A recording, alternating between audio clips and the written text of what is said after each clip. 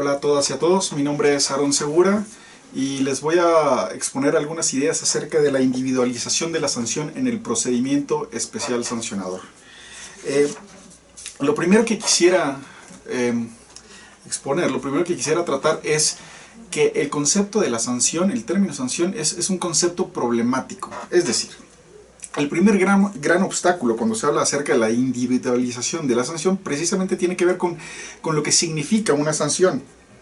Y la tesis que quiero exponer es que determinar qué es una sanción está íntimamente ligado con la pregunta acerca de qué es el derecho.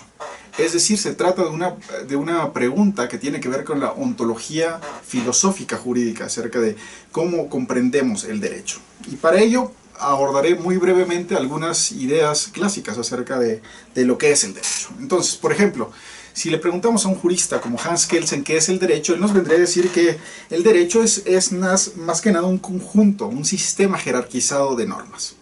En cambio, si buscamos la concepción de una persona como Karl Marx acerca de lo que es el derecho, nos diría que es un instrumento de dominación de una clase sobre otra. En cambio, Tomás de Aquino tal vez referiría que el derecho es en el sentido una ley humana positiva, es un conjunto de disposiciones que deben ajustarse a los preceptos de la ley natural, entendiéndole esta como una ley de origen divino y que ha de encaminarse hacia el bien común. Es decir, pareciera que están hablando de cosas distintas, sin embargo están hablando de lo mismo, están respondiendo a la misma pregunta acerca de qué es el derecho. Y tal vez una buena estrategia para tratar de explicar este fenómeno, esta discrepancia de opiniones, es entender que están hablando del mismo fenómeno, pero desde enfoques distintos. Y aquí quisiera referir lo que se le conoce en la teoría jurídica como el enfoque tridimensional del derecho. Es decir, la pregunta ¿qué es el derecho? Puede ser contestada desde tres distintas ópticas. La primera tiene que ver con la pregunta más bien de cómo es el derecho, es decir, de qué está hecho el derecho, cuál es su estructura interna, cuáles son los elementos que la componen y cómo se relacionan estos elementos entre sí.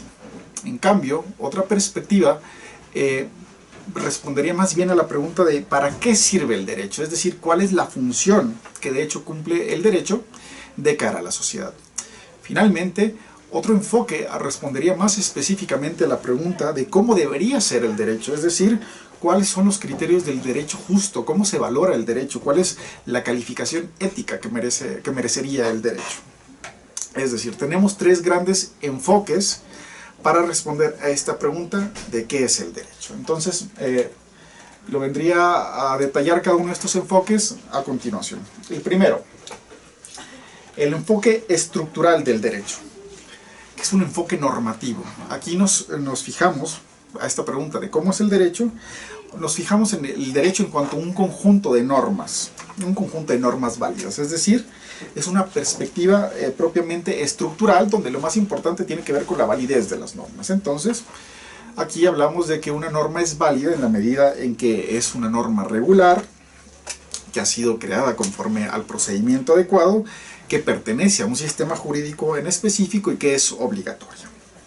Ese es en cuanto al primer enfoque, el enfoque estructural. En cambio, en el enfoque funcional, que tiene más bien un carácter sociológico, aquí observamos al derecho en cuanto a un hecho social, que cumple con unas determinadas funciones de cara a la sociedad. Es decir, aquí nos centramos en la perspectiva de la función del derecho. Y aquí no nos importa tanto, o el discurso no tiene que ver con la validez de las normas, sino más bien con la eficacia de las normas.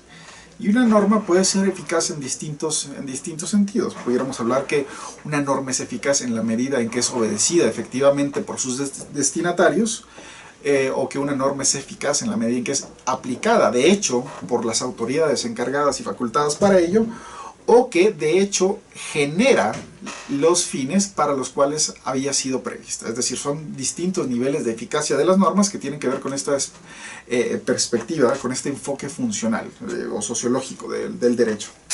Finalmente, desde un enfoque valorativo, que tiene que ver con la dimensión ética del derecho, aquí observamos el derecho en cuanto a que es un valor, es decir, es una expresión de determinados valores que se pretenden realizar con el derecho. Y aquí entramos en el discurso, obviamente, de las distintas concepciones de la justicia. Es decir, aquí lo que nos importa es ver a las normas, no en cuanto a su validez o en cuanto a su eficacia, sino en cuanto a su justicia, o es decir, a su justificación moral subyacente. Entonces, la pregunta aquí que tendríamos que responder es en qué principio, bajo qué modos una norma es justa. Pues tendríamos que ver la relación que existe entre las normas con las distintas concepciones morales, éticas de la justicia.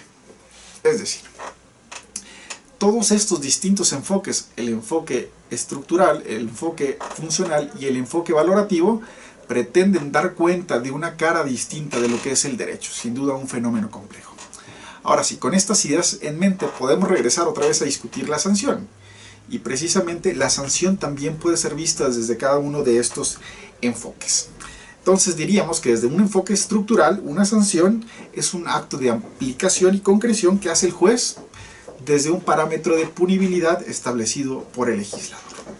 En cambio, desde un enfoque funcional, que tiene que ver con la eficacia de las normas, diríamos que la sanción tiene como objetivo, primero, la reparación del daño que se ha causado a los procesos electorales, ya encaminándolos al procedimiento especial sancionador, y también de la disuasión de la conducta infractora. Y esta disuasión puede ser disuasión tanto en abstracto como en concreto. Y desde un enfoque valorativo, la sanción tiene como un fin reprochar, es decir, imponer un castigo a partir de la obtención de una ventaja indebida. Estas son tres grandes formas de ver a la sanción, y poniendo el acento en cada una de ellas, la tesis que quiero presentar es que de ello va a depender cómo se traduzca en los casos concretos la determinación de una sanción mayor o menor. Es decir, la idea misma que se tiene como preponderante acerca de lo que es el derecho, viene a condicionar la idea misma de lo que es una sanción, y en esta medida se va a traducir en mayores o menores puniciones hacia los infractores de las normas electorales. Una idea que quisiera resaltar primeramente como un principio formador de todas las sanciones es el principio de proporcionalidad. Y este principio es fundamental para entender cómo medimos la magnitud de la sanción. Básicamente, el principio de proporcionalidad lo que nos dice es que las sanciones que se impongan en el ejercicio del poder punitivo del Estado tienen que ser proporcionales a las infracciones que merecen estas sanciones. Es decir, pudiéramos ver una imagen gráfica como una balanza, ¿sí? Una balanza donde lo que se busca es precisamente que haya una sincronía, que estén balanceadas las cosas que están en ambos extremos de la balanza. Por un lado tendríamos las infracciones, es decir, la gravedad de las infracciones que se merecen sanción, y por la otra la sanción. De lo que se trata es que a infracciones graves le correspondan sanciones graves, o a infracciones leves le correspondan a su vez sanciones leves. Es decir, que hay una proporcionalidad entre la determinación de las infracciones y la determinación de las sanciones. Y esto, por supuesto, tiene un asidero constitucional en el artículo 22 de nuestra Carta Magna, que nos dice que toda la pena deberá ser proporcional al delito que se sancione y al bien jurídico afectado. Y ahora vamos a desarrollar estas ideas con mayor detalle. Lo primero que tendríamos que hacer entonces es un ejercicio de calificación de las faltas. Si la idea principal es que las sanciones tienen que ser correspondientes con las faltas que se van a acreditar, vamos a ver cómo podemos calificar estas faltas. Es decir, si se quiere ver en otra imagen, cómo es que podemos medir el peso de las faltas que vamos a sancionar, en la medida en que el peso de estas sanciones tiene que ser proporcional, tiene que ser equivalente. Entonces, para esto podemos desarrollar todo un esquema que la Sala Superior ha retomado históricamente lo podemos rastrear incluso desde 2002, 2001, un esquema de análisis de elementos que vienen a determinar la calificación de una falta y posteriormente la individualización de las sanciones. Ahora, para comprender el análisis de las faltas, lo primero que tendríamos que decir es que lo que esperamos es un resultado. y este resultado le llamamos técnicamente la calificación de la falta. La calificación de la falta, según la jurisprudencia de la Sala Superior del Tribunal Electoral del Poder Judicial de la Federación, le puede corresponder uno de 5 niveles distintos que vienen a determinar su gravedad. Es decir, una falta, una infracción a la normatividad electoral puede calificarse dentro de 5 distintos parámetros. Entonces hablamos de faltas levísimas, de faltas leves y de faltas graves. Y dentro de las faltas graves hablamos de graves ordinarias, de graves especiales y de graves mayores. Es decir, el ejercicio de análisis de la magnitud de las faltas va a tener como resultado uno de estos 5 adjetivos o calificativos, si lo quieren ver así. Entonces, ¿cuáles son los elementos que debemos de analizar para calificar la gravedad de una falta? Pues lo primero que habríamos que hacer es partir de una idea general. Esto es mucho de sentido común y es más bien de sentido común comparativo. Partimos de la idea que podemos distinguir entre acciones que en el sentido común nos resultan más o menos graves, más o menos peligrosas, si se quiere ver así. Entonces, el primer elemento que habría que analizar es qué tipo de falta estamos calificando, qué tipo de hecho estamos calificando, si se tratan de hechos que tienen que ver con acciones o de hechos que tienen que ver con omisiones. Y el sentido común nos diría que usualmente son más graves o son más reprochables los hechos que tienen que ver con acciones, porque las acciones, a diferencia de las omisiones, implican una idea de poder actuar, una voluntad de poder actuar, de llevar a cabo una conducta. Y las omisiones no necesariamente, las omisiones muchas de las veces pueden ocurrir por descuidos. Entonces, lo primero que habríamos que identificar es si la falta se trata de acción o de omisión. En el entendido que usualmente las acciones son más graves, se califican con mucha mayor gravedad que las omisiones. Una vez que determinamos ya una calificación de la falta como de acción o de omisión, hay que analizar 2 grandes grupos de elementos, ¿sí? Entonces vamos a hablar de elementos subjetivos, que tienen que ver con la responsabilidad de los infractores, y elementos objetivos, que propiamente tienen que ver con los hechos y con las condiciones que rodean los hechos. Una vez analizados estos 2 grupos de elementos, vamos a poder determinar, ahora sí, que la falta merece una calificación como de levísima, leve, grave ordinaria, grave especial o grave mayor. Uno de estos 5 elementos y solo uno de estos 5 elementos. Entonces vamos a ver el primer grupo de elementos, que les repito, tienen que ver con los elementos subjetivos, que nos van a servir para determinar la responsabilidad en mayor o menor medida de los sujetos infractores. Entonces, una vez que determinamos que la conducta es una acción o una omisión, habríamos que distinguir en otro nivel si esta acción tiene como trasfondo una conducta dolosa, es decir, una conducta intencional, o una conducta culposa, una conducta negligente, una conducta que ha pretendido enarbolar una voluntad de descuido.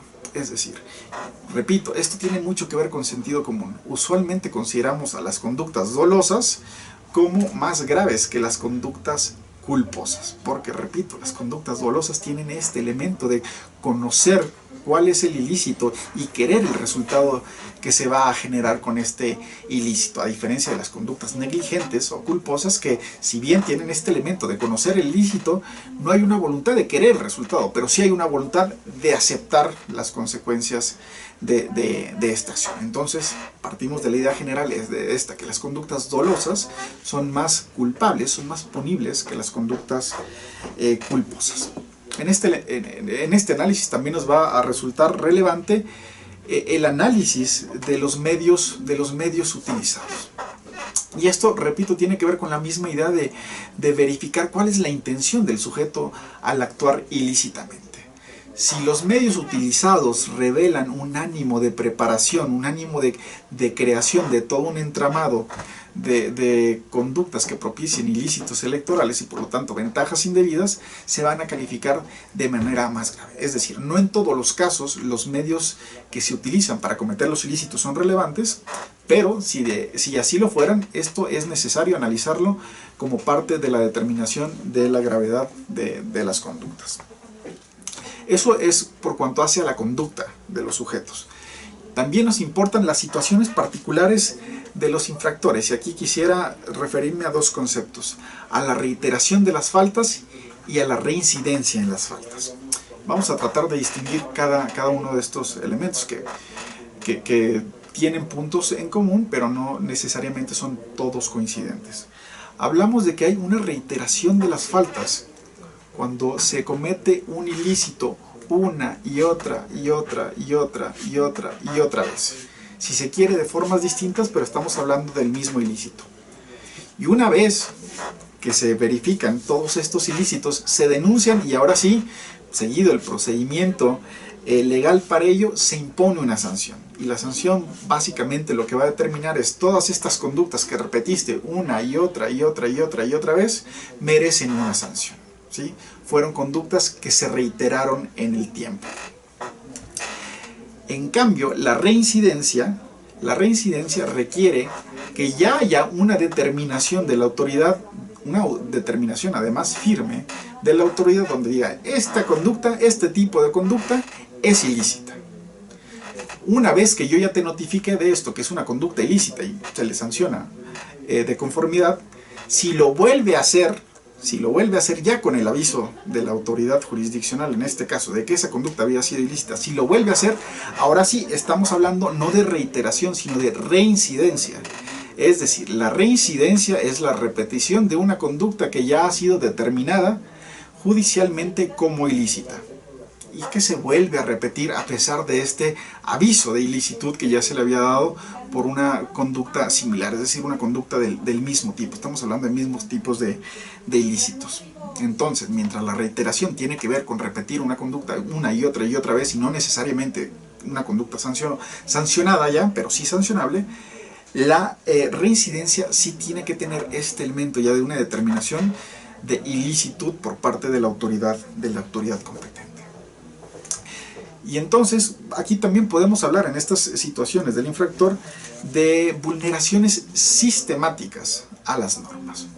Una vulneración sistemática, a diferencia de una reiteración en donde se repite un mismo tipo de ilícito, una vulneración sistemática tiene que ver con distintas conductas que generan distintos ilícitos a través de distintos medios. Es decir, una vulneración sistemática a las normas tiene que tener este elemento de heterogeneidad, es decir, de distintas conductas que produzcan distintos ilícitos y que se sancionan todos en un mismo procedimiento especial sancionado. Obviamente, vulneraciones sistemáticas se consideran más graves que vulneraciones no sistemáticas, y conductas reiteradas se consideran más graves que conductas no reiteradas, y a su vez conductas reincidentes se consideran más graves que conductas no reincidentes. Es decir, volvemos a la misma idea. Esto tiene que ver mucho con sentido común. El sentido común nos da estas pautas para poder distinguir en que una conducta que obedeció una reincidencia es más grave que una que no lo fue, al menos en principio.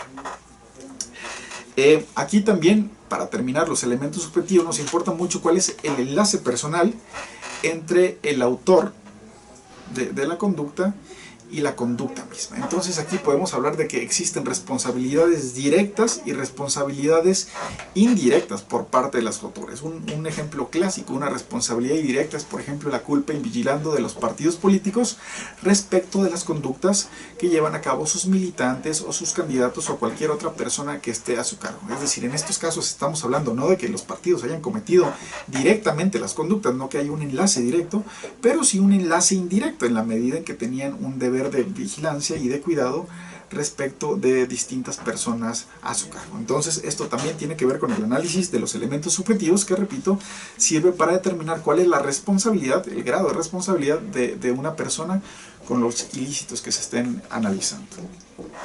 Ahora, pasando a otro tema, en cuanto a los elementos objetivos que tienen que ver ya propiamente con el hecho mismo, podemos hablar de dos distintos rubros. Podemos hablar de los hechos y podemos hablar de las consecuencias. En los hechos vamos a analizar, entre otras cuestiones, cuáles fueron las circunstancias en que se realizaron los ilícitos, es decir, circunstancias de tiempo, modo y lugar. Y ojo, aquí no se trata simplemente de poner en las sentencias o en las denuncias o argumentar que, bueno, pues el hecho tuvo lugar, qué sé yo, un 15 de septiembre. Eso en realidad por sí mismo no es relevante, pero sí será relevante en la medida en que, por ejemplo, se acerque o se aleje más al proceso electoral. Hay que destacar una idea general que seguramente ya han analizado en módulos anteriores, y es que el procedimiento especial sancionador tiene que ver con la salvaguarda del modelo de comunicación política y con ello de la equidad en la contienda en los procesos electorales.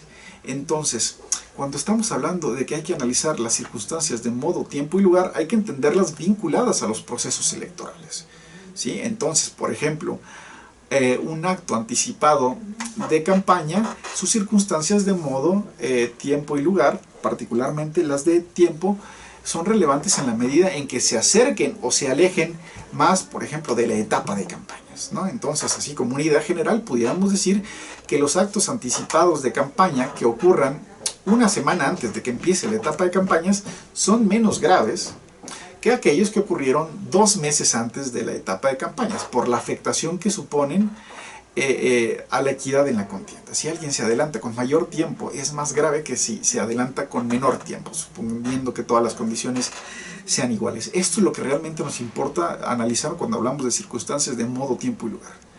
También, para poner un ejemplo de lugar, si estamos analizando propaganda ilegal, qué sé yo, de un tipo de pendones, nos van a importar las circunstancias del lugar, por ejemplo, en la medida en que analicemos que hubo pendones en una avenida principal de una ciudad determinada o solamente en 2 calles, en el entendido de que es más grave colocar publicidad en una avenida grande que tiene más afluencia de ciudadanía que en 2 calles por donde nadie transita. Es decir, el análisis de estas circunstancias tiene que ver con la vinculación al proceso electoral y con la afectación que se pueda estar ocasionando a los procesos electorales.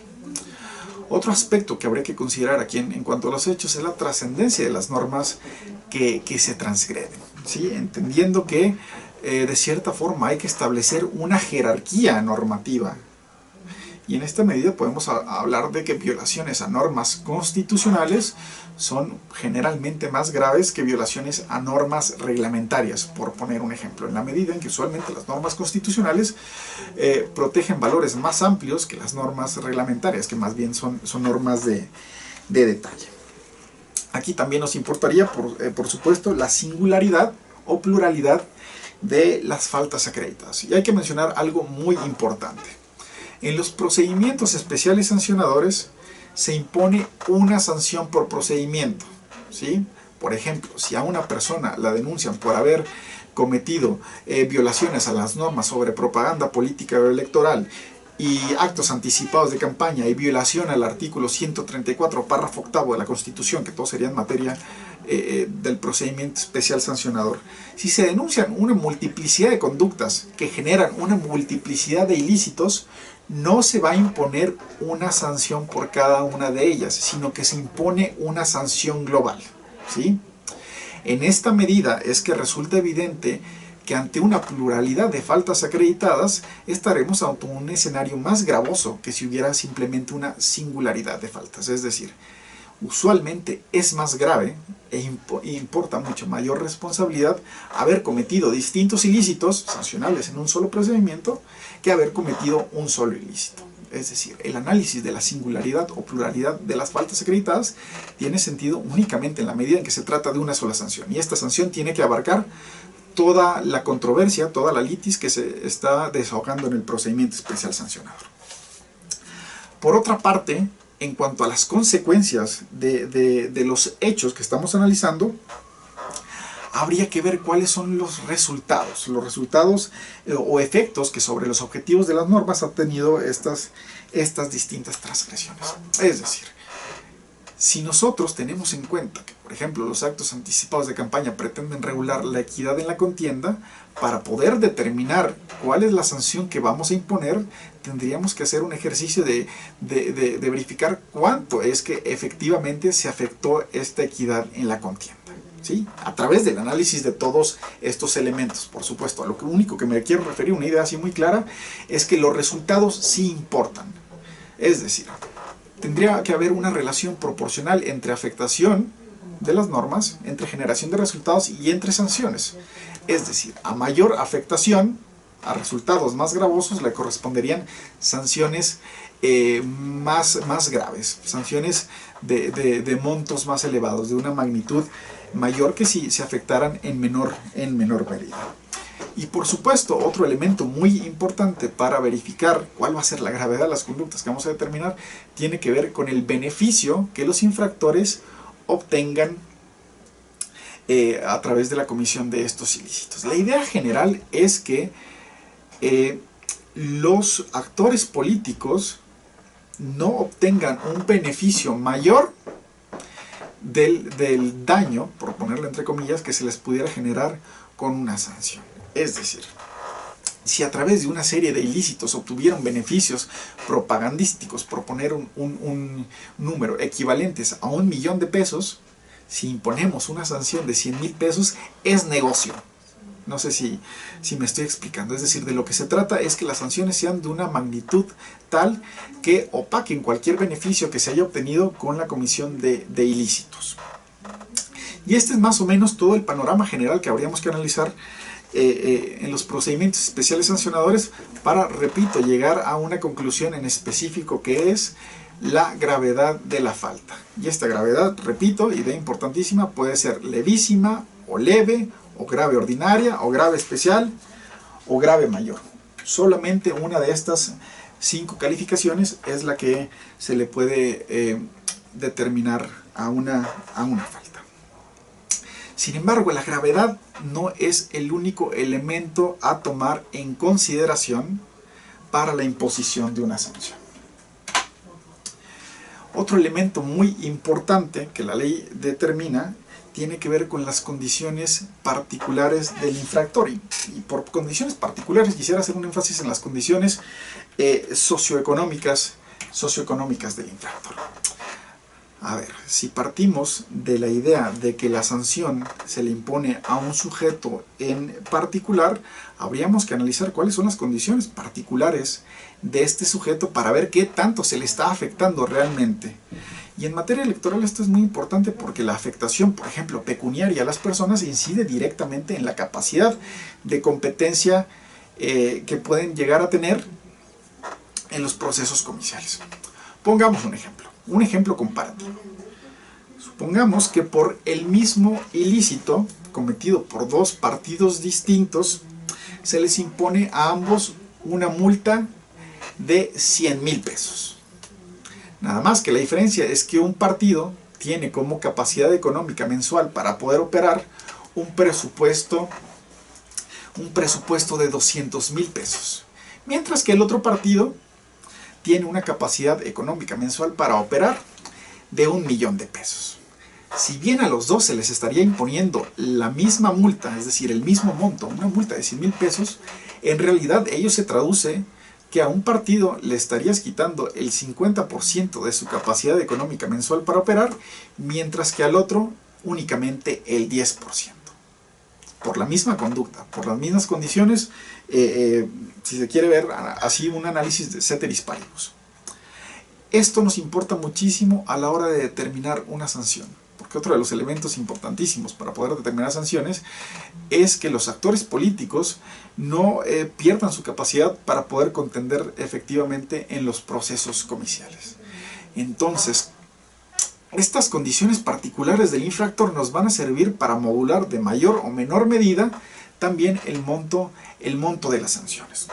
Entonces, para recapitular, si se quiere ver de una forma gráfica con estas ideas, pudiéramos ver que la proporcionalidad en la imposición de las sanciones tiene que ver con la existencia primero de un paralelismo que va, por una parte, de cuál es la gravedad de las faltas. Y en una primera línea tendríamos que tenemos faltas levísimas, leves, graves ordinarias, graves especiales y graves mayores, en una primera línea. En una segunda línea, paralela a ella, tendríamos las sanciones mismas. Y las sanciones también se pueden calificar, si se quiere ver así, de menos graves a más graves. Por ejemplo, en el procedimiento especial sancionador federal, usualmente la sanción menos grave es la amonestación pública. Y luego tenemos que hay sanciones que se consideran más y más graves. Por ejemplo, tenemos multas que van desde montos muy mínimos hasta montos máximos.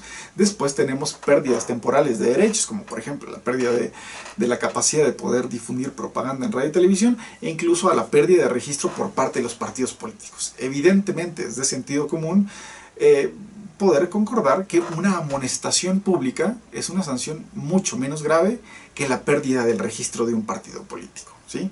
Con esta idea entonces también podemos trazar una línea paralela a la grada de las conductas que tiene que ver con la magnitud de las sanciones.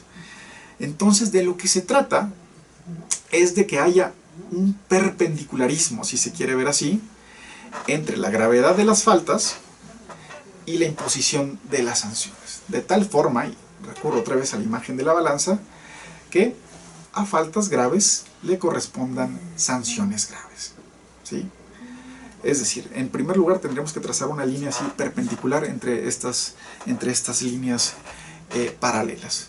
Las condiciones particulares del infractor nos van a servir para modular la imposición de una sanción a una más grave o menos grave. Es decir, si objetivamente pudiéramos determinar que a un partido político le corresponde una sanción, qué sé yo, de 500,000 pesos, pero esto lo va a dejar sin capacidad operativa, entonces estas condiciones particulares van a servir para modular la multa hacia un rango menos gravoso, de tal forma que se pueda permitir a este partido seguir operando.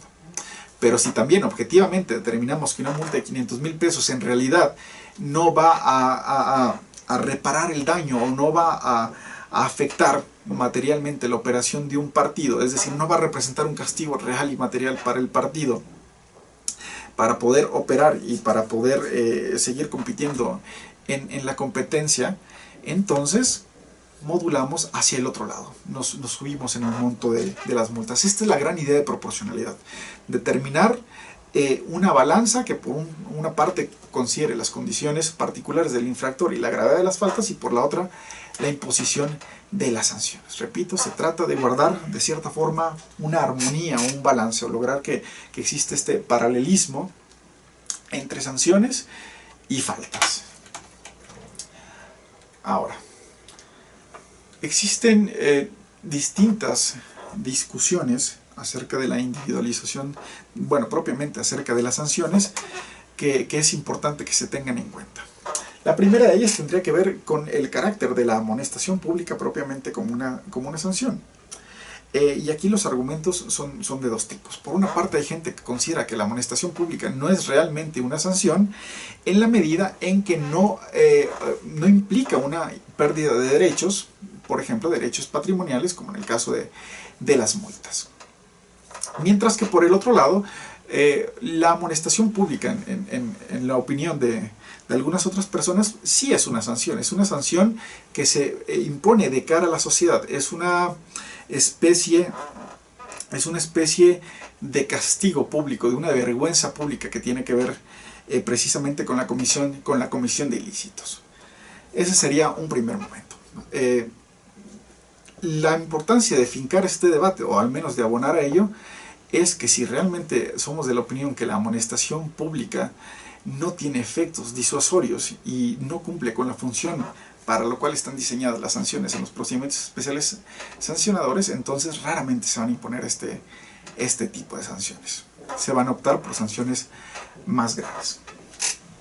Otra discusión relevante tiene que ver, otro tema relevante de las sanciones tiene que ver con el origen y el destino de las sanciones. La ley electoral, la Ley General de Instituciones y Procedimientos Electorales determina que las sanciones se van a pagar con los recursos de los actores políticos, por supuesto, y estos a su vez se van a financiar con un esquema de financiamiento público y privado. Pero el destino de las sanciones no es, por ejemplo, regresar el dinero al financiamiento público del que provino, sino que se destina a nivel federal al Consejo Nacional de Ciencia y Tecnología, y a nivel local a los organismos equivalentes, es decir, aquellos organismos dedicados a la investigación en cuestiones científicas. Esta es otra discusión que tiene que ver con las sanciones. Una muy relevante tiene que ver a nivel federal con las sanciones a los servidores públicos, porque la ley federal, la Ley General de Instituciones y Procedimientos Electorales, más bien una ley nacional, determina que en caso de que se concluya que un servidor público ha incurrido en una falta sancionable a través del procedimiento especial sancionador, lo que se va a hacer es dar vista al órgano competente que tenga las facultades necesarias para sancionar a ello. Es decir, en el caso de la sala especializada, órgano del cual formo parte, la sala especializada no sanciona propiamente a los funcionarios públicos, sino que de determinarse que hay una falta y que hay una responsabilidad por parte de los funcionarios públicos, se da vista al órgano competente, que es otra de las críticas que se le puede hacer al sistema sancionatorio. Si realmente los servidores públicos son o no sancionados por la justicia electoral, o estas cuestiones pasan a otros niveles autoritativos. Y finalmente, otra de las discusiones relevantes, tomando el punto inicial, es que tiene que ver con dónde se debe poner el acento acerca de las sanciones. Si se debe de poner el acento simplemente en la sanción como un acto de concreción, de proporcionalidad entre faltas y penas, si se le debe poner el acento al aspecto funcional de la sanción como una medida de disuasión y de reparación, o se le puede poner el acento, se le debe poner el acento a la sanción como una medida de castigo. Y con esto precisamente llego a las conclusiones. En mi opinión, estos distintos aspectos de la sanción no son mutuamente excluyentes entre sí. Es decir, a la vez que el derecho es un conjunto de normas jerarquizadas entre sí, que cumple con ciertas funciones de cara a la sociedad y que aspira a tener distintos valores concretizados, todos ellos encaminados a la justicia o al bien en común, pues la sanción también se puede ver de esta forma tan compleja. La sanción sí es un acto de concreción proporcional, sí es una medida de disuasión, sí es una medida de reparación y también es una medida de castigo. Entonces la idea es que conjuguemos todos estos distintos aspectos del derecho que se traducen a distintos aspectos de la sanción a la hora de determinar cuál es la individualización que se merece cada caso concreto. Y otra conclusión muy importante también sería tener en cuenta que el análisis de todos estos elementos no conlleva a su vez un resultado unívoco, un resultado indiscutible. A lo más que podemos aspirar en el tema de la individualización de la sanción es a tener esquemas argumentativos, es decir, a tener un mapeo general de cuáles son los elementos que debemos de considerar, que debemos de razonar a la hora de hacer el juicio sobre la individualización de la sanción, pero este análisis no nos va a llevar a una respuesta indiscutible. Y esto principalmente por dos motivos. Primero, porque existen distintas concepciones por parte de los operadores autoritativos acerca de lo que es el derecho, lo que se traduce también en distintas concepciones acerca de lo que es en las sanciones. Y segundo, porque no puede haber un catálogo tan exhaustivo de elementos relevantes que nos permita hacer un estudio pormenorizado y siempre concluyente en cada caso sobre cuáles las sanciones que se merecen.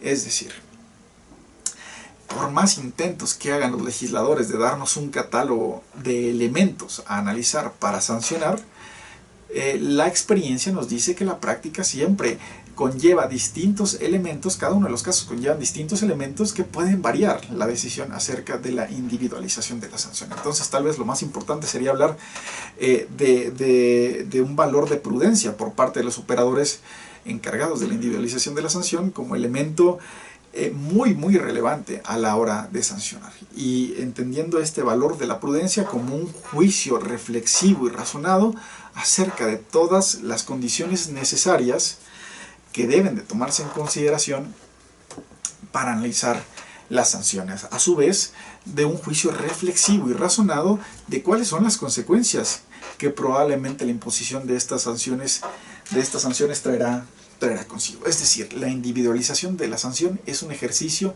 necesariamente casuístico, que si bien parte de la ley, y en este caso de la jurisprudencia, para hacer un análisis general, lo cierto es que en cada caso se tendrá que determinar específicamente cuál es la sanción.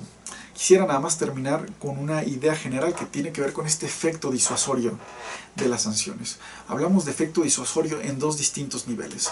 Al imponer una sanción, no únicamente se espera que el infractor no vuelva a cometer esa conducta. Es decir, no solamente se está hablando de un efecto disuasorio en lo individual, sino también se espera mandar un mensaje a los demás actores políticos que puedan incurrir en ese mismo tipo de infracciones para que no lo hagan. Es decir, la disuasión también tiene un elemento, si se quiere, social o plural o de cara a los contendientes en el proceso electoral. Es decir, el mensaje no solamente se dirige a los infractores, sino también se dirige a los demás actores políticos. En esta medida, las sanciones y las sentencias en general tienen también un aspecto pedagógico, es decir, pretenden ilustrar a los actores políticos cuáles son las conductas que se consideran ilícitas en el marco de los procedimientos especiales sancionadores, con la esperanza de que una buena sentencia entendible, clara, bien argumentada, pueda tener el efecto de comunicar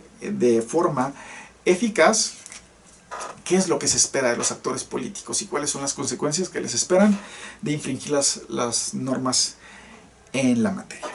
Por mi parte es todo. Quedo a sus órdenes en la Sala Regional Especializada del Tribunal Electoral del Poder Judicial de la Federación. Repito, mi nombre es Aarón Segura.